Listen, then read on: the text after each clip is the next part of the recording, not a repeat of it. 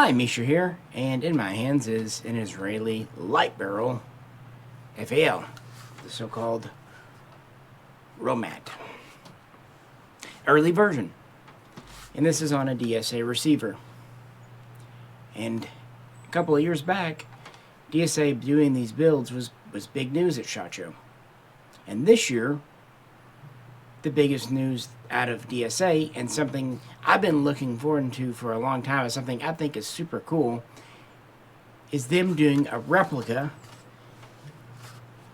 H&R T48, the American manufactured FAL, nominally a metric, but with a few of its own things, for the trials that obviously lost out to the T44E4, which became the M14.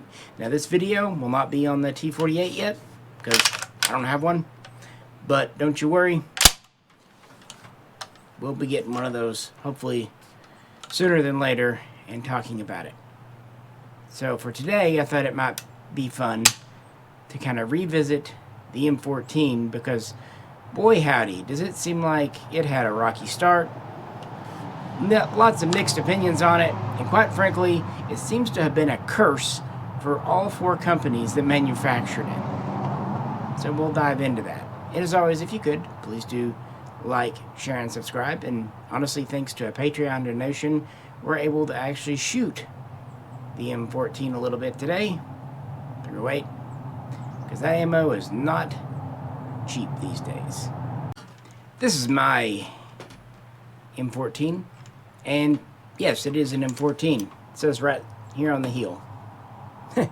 Not an M1A. And I could make a cheesy joke using the Full Metal Jacket quote about "this is my rifle," but meh, why not?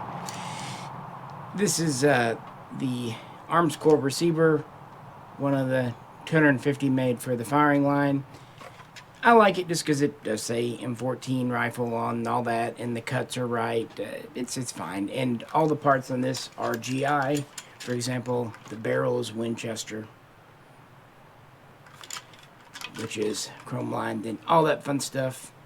It has the faux selector switch, which is blocked off anyway, which happened to a lot of these, because as it turned out, full auto wasn't terribly useful for a 7.62 by 51 7.62 NATO 308 battle rifle that weighs not much over 9 pounds unloaded and feeds from 20 round mags max. Yeah, you know the deal, but we're just having fun. Again, thanks to a donation from a Patreon, we're actually able to feed this a little bit. And with that, yeah, let's do it before we jump in, just to kind of liven things up on this honestly gorgeous day in early February. Yep.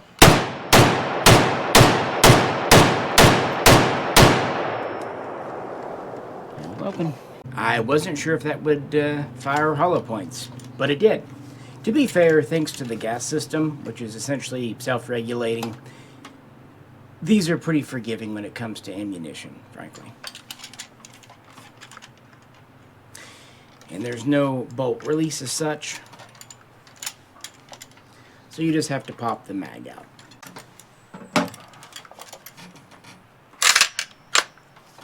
Something YouTube doesn't appreciate, so we had to do it off camera. Although there is a manual bolt lock open. It used to be the clip guide on the old M1 Garand, and of course this is very much inspired by, based on the Garand, which makes sense, Springfield.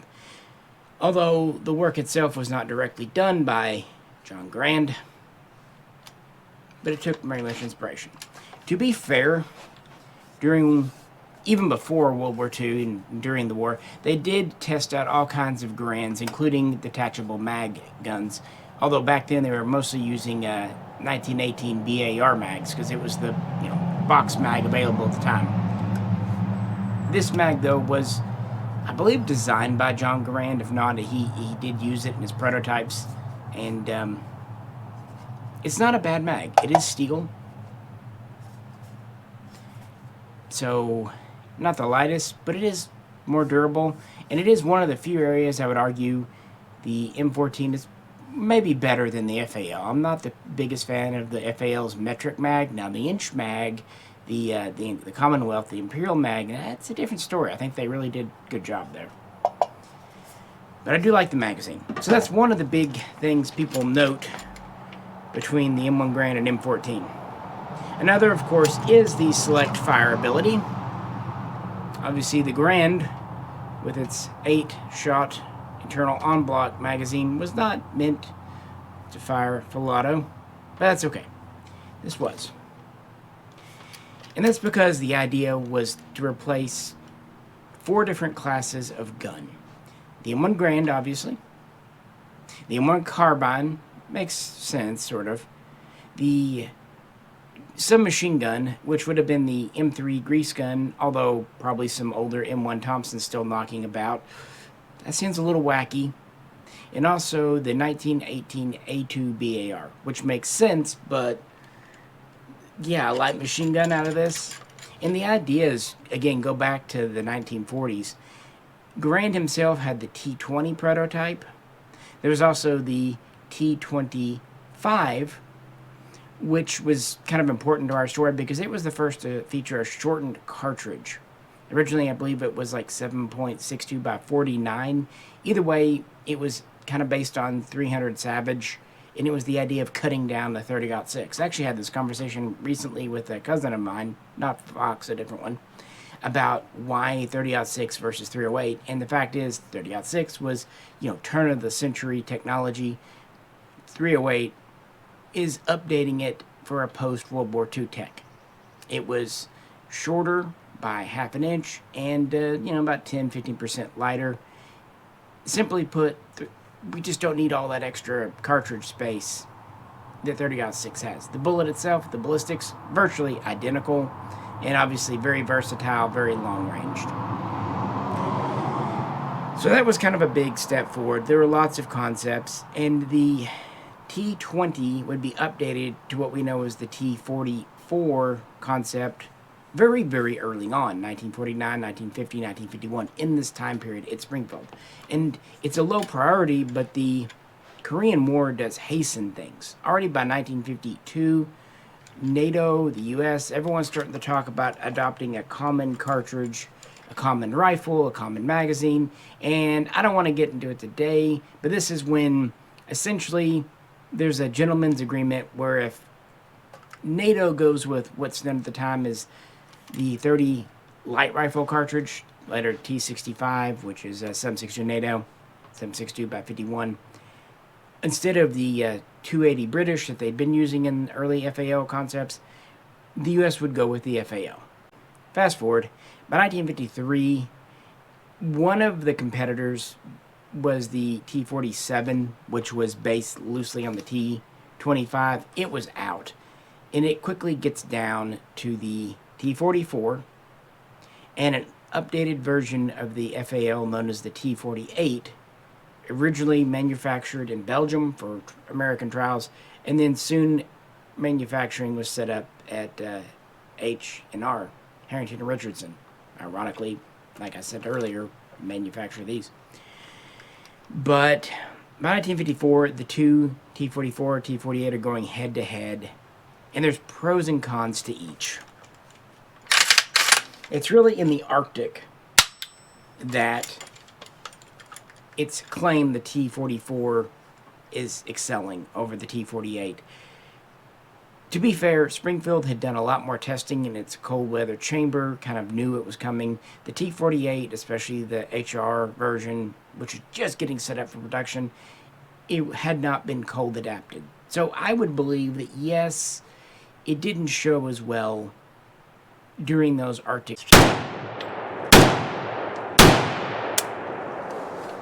Do it.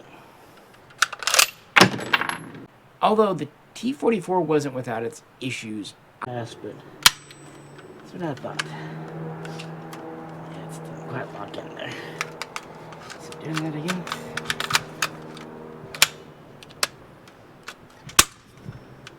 There we go. So development would continue. The Korean War is over now. They know they need to go to a new rifle, but they don't feel quite as much pressure. So both teams go back to their corners. H&R, along with FN's help, reworks the T-48, trying to winterize it, address some issues, and Springfield would work going from the T-44E1 up to the T-44E4, and then they would meet back up again for some more testing summer of 1956, which would lead into that autumn to kind of pick a final. Let's try her again. 14 again.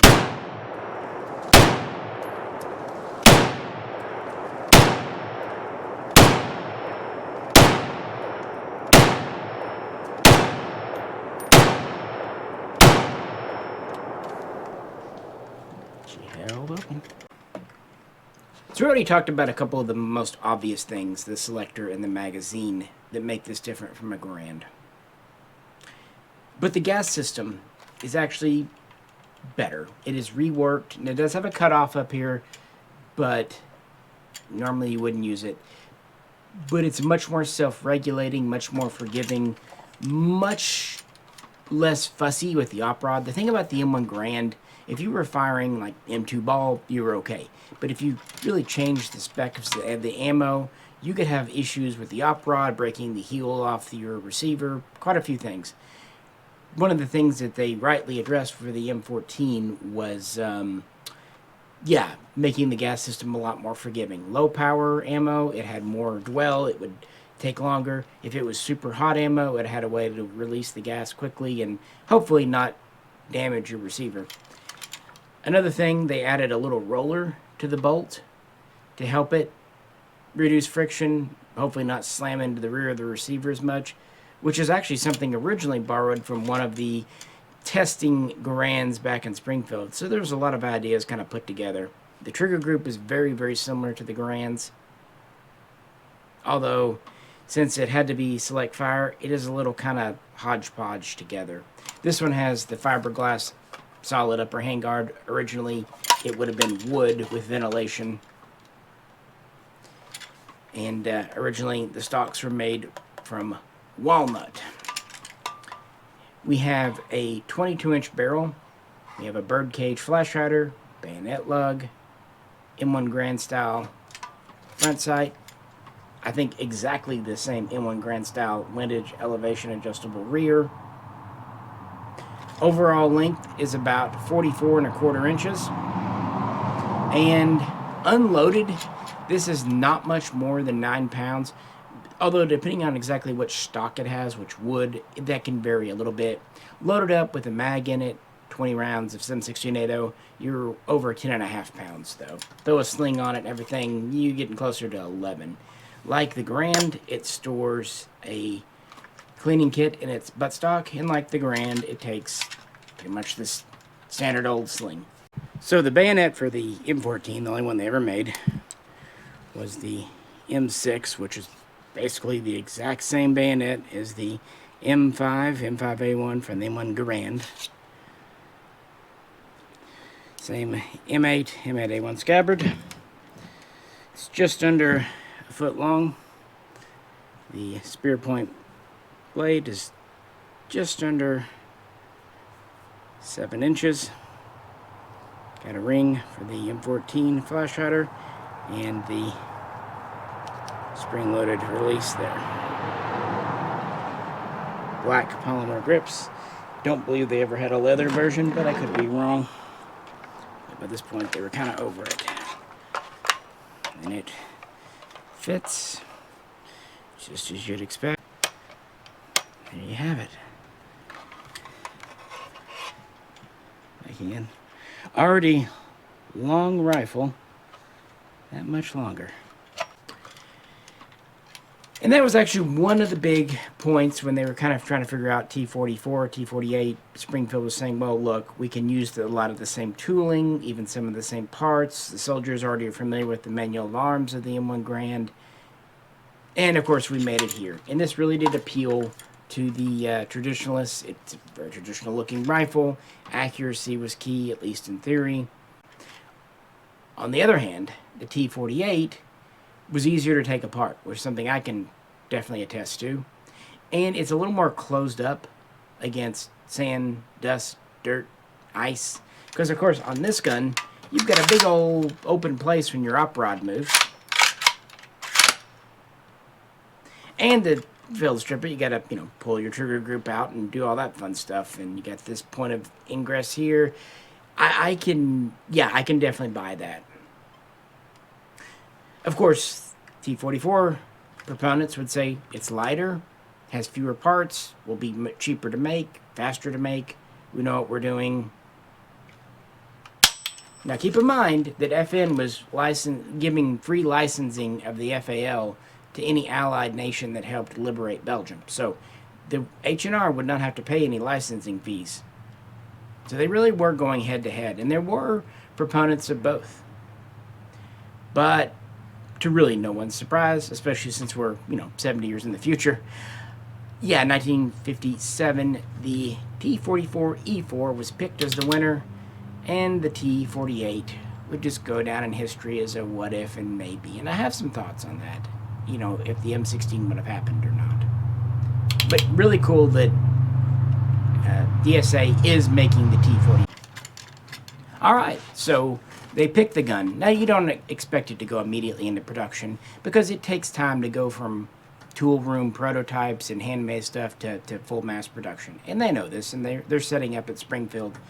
And in fact, they're really wanting to give this to civilian contractors, so the bidding process is opened up.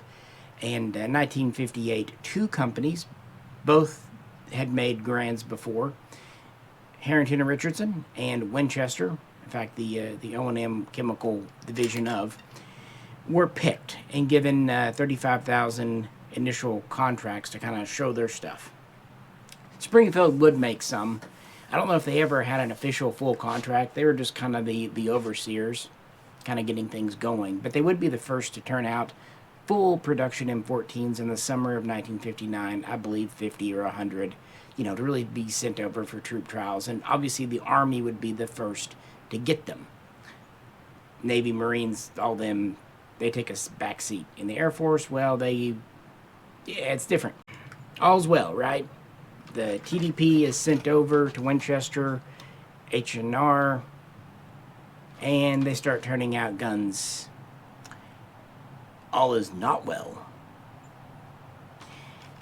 Yeah, they have issues. Not to go real deep into them, but it seems like a lot of American manufacturing is plagued by improper heat treat. They had bolts shearing off lugs. They had receivers busting up. They had some poorly fitted parts like this op rod. Yeah, just kind of not doing well. It really just was setting up to do. Winchester no longer had its M1 Grand production line. They did not make them after World War II. In fact, that line was transferred over to Italy, who would use it to create the Beretta BM59.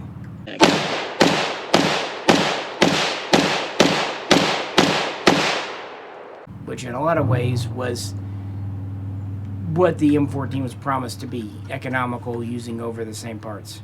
In fact, as it turns out, despite what Springfield kind of said, only about 25% of the parts from the M1 Grand could be used in this gun, namely things like the rear sight. The receiver is shorter. To be fair, that saves a lot of weight. The gas system is different. A good chunk of the trigger group is the same. But other than that, not much. So both companies are having trouble making these.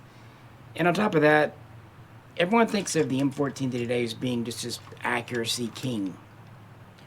But they were having accuracy issues early on.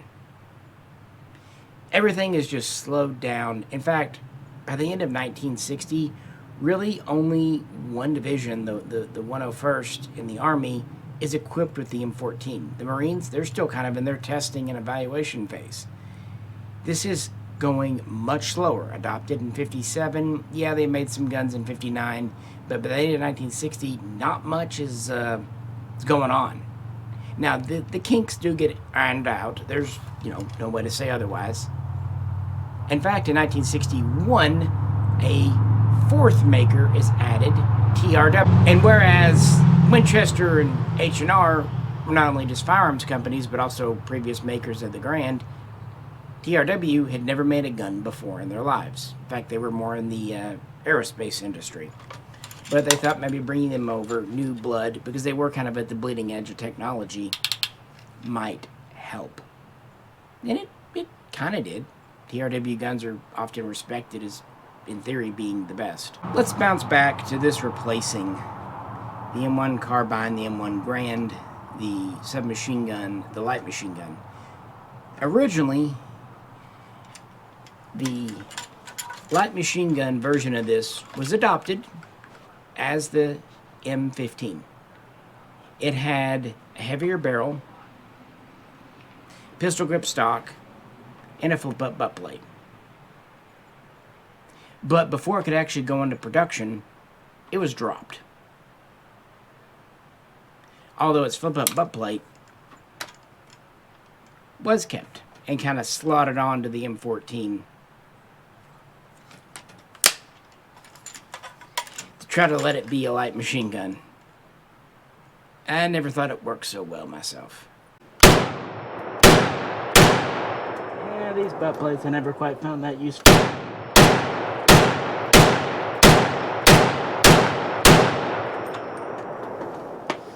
But thought we'd try it.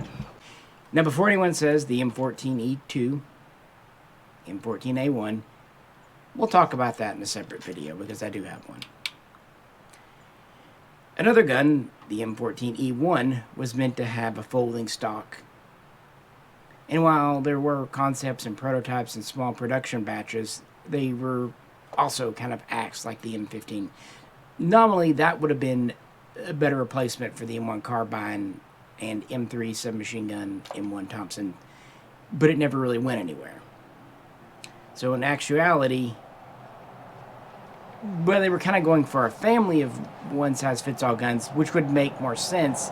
In reality, when it was kind of put into production, they were expecting this design here to really fit all those roles, and guess what? It didn't. Finally, by 1961, 1962, Army troops and Marine troops would start carrying these in the field, and they would see their initial combat use. And by this time, accuracy is acceptable, reliability's up, but it is a big, long, heavy rifle, and it wouldn't be long before the restrictor is put in to basically not let these go into full auto, although it's not a permanent modification. And this would actually lead to that M14A1 becoming the LMG variant along with the M2 bipod. So what else is going on? Sounding okay by now, right? I mean, it takes a few years to work out the bugs. But politics intervene, for good or ill. The new, younger generation Kennedy administration, Robert McNamara especially, was not a fan of the M14. Already by 1962, he's looking for a way out. And by 1963, they get enough together where they just basically say, no more. We're not ordering more. This did not cancel any outstanding contracts. In fact, TRW got a second one. But after they would finish their deliveries in late 1964 or early 1965, no more would be ordered. And on top of that, the Air Force was looking for a new gun in 1961 to replace their submachine guns and carbines. And, well, as we know, they all went a very different direction, kind of avoiding this more or less altogether.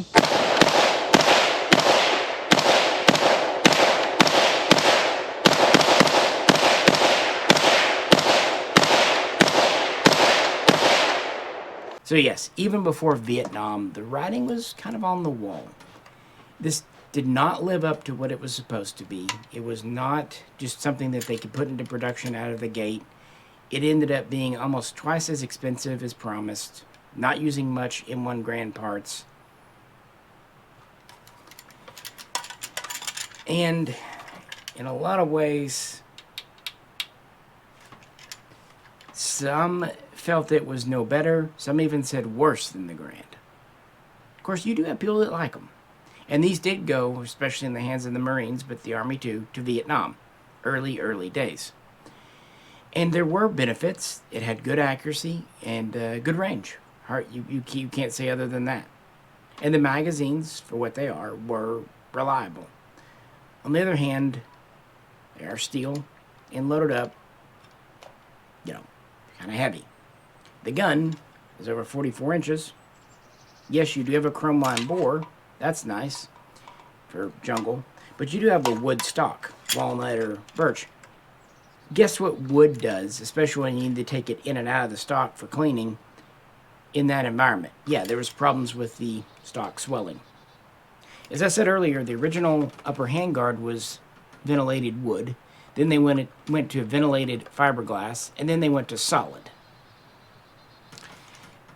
Well, they did design a fiberglass stock to replace the wood, and I think they look really sharp, frankly. Unfortunately, by the time these were put into production, this gun was already on its way out, and so I don't believe any of the fiberglass stocks actually made their way to Vietnam. Although if things had continued, they would have, and that probably would have saved a little weight, maybe, and definitely helped with the swelling issue. I'm not going to belabor the point. I'm not an M14 fan. I have one because I think they're neat, and I like the history of the Arms Corps stuff, including a lot of the Israeli guns that came over. It's worth having one in the collection, I believe.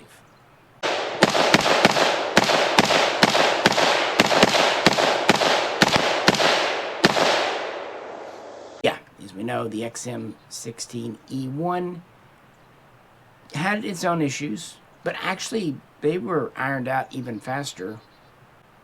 The M16A1 was standardized in 1967, going into production in 1968. And so already by 1966, the M14 was being phased out of Vietnam. By 1968, it was pretty much over with. Those troops in Southeast Asia received priority. These would hang on a little longer in Europe, being phased out over there by 1970. We're talking frontline use. So tons would be just kind of in reserves. Again, the Air Force never really messed with it. The Army would keep some in the hands of like engineers and similar troops for a little longer. The Navy would keep them on board ships as like line throwers and guard guns, especially port guard guns. And I guess, yeah, this is a good guard gun. I'll give it credit for range and all that and power of the cartridge, more open areas. So the Navy kept them there. The Marines like their accuracy, but the truth is, it just was the wrong gun for the Vietnam War. That said, because of the contract with TRW, they had virtually unissued, unused guns in inventory, hundreds of thousands, for years. So, what to do with them? And this is how this gun is sometimes considered the shortest frontline service life of any rifle in American service, and then also it's sometimes the longest because of things like the M21 and M25. We had 4 makers, and the M14 did not do any of them any favors. And these production numbers are from Forgotten Weapons because, yeah, why not? He probably knows what they are and looks it up. Now, the original developer, Springfield, produced 167,000, give or take. Actually, the smallest number. This was their final rifle design, too, because already by 1964, efforts were underway to shut them down, and they were officially gone by 1968. This is actually how Mr. Balance purchased the name Springfield Armory, which eventually would transfer over to the Reese family by 1974, and this is when we have the Springfield M1A. So that didn't do him any favors. Winchester, they would actually build around 356,000. And, well, they did it at a loss, or at least most of them. So much so that, in 1964, there's kind of this Winchester cutoff of pre-64, but I'm going to blame that on the M14. It certainly didn't do the factory any favors, and ultimately Winchester would close, and the name would be sold off to various foreign interests. And, yeah, Winchesters are around the day in name, but no, that didn't do well for them. Harrington and Richardson, they actually built the most, 537,000, so over 500,000. And they too would mostly lose money. And their tooling would end up in Taiwan for the T-57, which we've shown in older videos on the channel and should probably revisit, which was their exact copy of the M14. But yeah, that's where the H&R tooling would go. H&R's future was a little bit better for a while than Winchester's. At least they got a contract to manufacture the M16A1, more than Winchester could say. But already by the 80s, they were in huge trouble and officially out of business by 84, I think. Either way, yeah, H&R, yeah. And only recently the name was reinvigorated by PSA under that brand name, and that's how we get that T-48. Kind of funny that they were offering the T-48 and ended up getting a contract for the M14. So, in some ways they might have come out the best, but still not good. As for TRW, the last maker to be brought in, they built about 319,000, so the second smallest number. They were not a firearms maker. As I said, they were kind of in aerospace, and they went right back to it. They didn't do another gun after the M14. They decided that making spaceships was easier and safer than making rifles for the U.S. government. Total built was about 1,380,000, give or take. And again, licensed production was done in Taiwan, and unlicensed copy production was done in China. That's a story for another day. We've looked at the Norinco and Polytech M14Ss before here as well. After 1970, this is out of frontline service. Hundreds of thousands are just in inventory. Now, about 500,000 are given away, loaned, whatever, to foreign allies. Israel comes to mind because a lot of those parts kits came over. So that was the fate of some. Several hundreds of thousands more were destroyed in the 1990s during kind of a government arms reduction thing after the Cold War period. But there were still several left in inventory, stockpiles. And this is where the ones dusted off for Afghanistan came from. Virtually brand new in the wrap, sealed up. They were great candidates to be turned into accurized M21s, M25s, but limited supply. You'd have to start up production again, and does anyone want to do that? They were good because they were free. They were an adequate rifle, but it wasn't like the M14 was the best, most accurate gun ever made, and they were revisiting it because they knew that. They did it because they had them. That's not to say they were bad at their roles, but it was definitely a substitute standard, kind of a makeshift thing today. Marine testing showed that the average forged receiver from Springfield would last about 400,000 rounds. And they said that the TRWs were a little better at about 450,000 rounds. Keep in mind, towards the end of production, they'd ironed out a few things, streamlined a few things. That's good. But the barrel, they said, would start to lose accuracy on a marksman level as soon as 5,000 rounds. Not 500, but 5,000. At most 9,000 rounds. Now, as far as military-grade accuracy, they were good for at least 15,000 rounds. But keep in mind, military accuracy for these puppies was 5 MOA. So that's not saying a lot. And you can imagine in a combat zone like Afghanistan, you're going to burn through 5,000 or even 15,000 rounds pretty quick when the government's paying the ammo tax. But yeah, once the new wore off and you had to get new parts, that's where they ran into problems with these. And that's where you start to see things like the SCAR.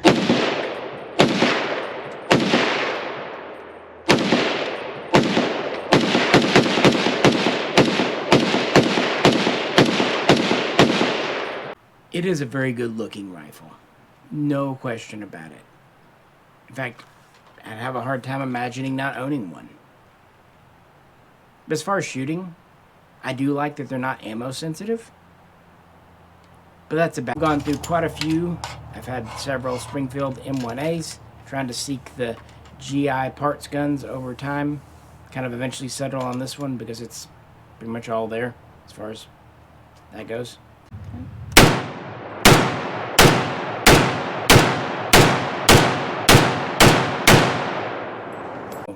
Overall, I think the FAL is a better gun, but I also understand that we made it here bias and also the one grand love. It's very human, very natural.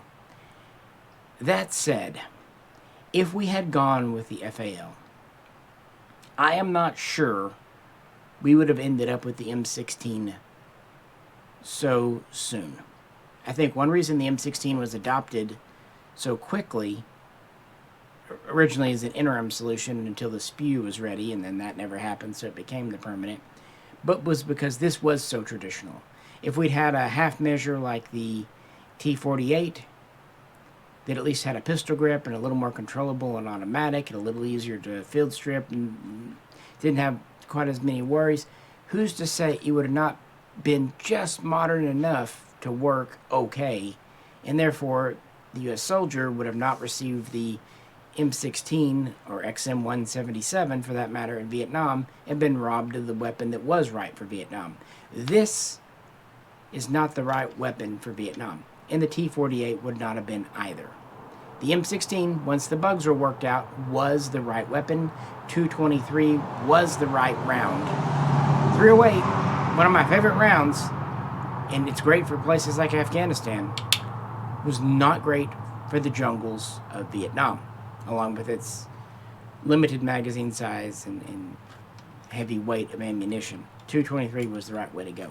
So in some ways, I think, historically speaking, it was a good thing we went to this,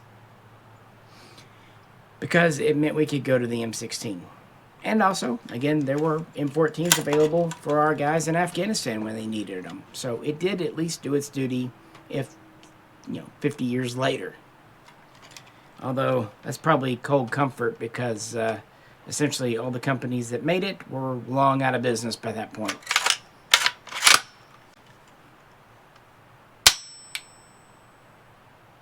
Nice triggers on these, and I love that sound of real machined steel. I've tried to have this one as GI as possible. Love to hear about your own M14s, M1As below. Losing daylight now. Gorgeous day though, so it was nice to get out. But if you'd like to help support us, check out Patreon. If not, just liking, sharing, subscribing, watching some of our other videos, that's great too.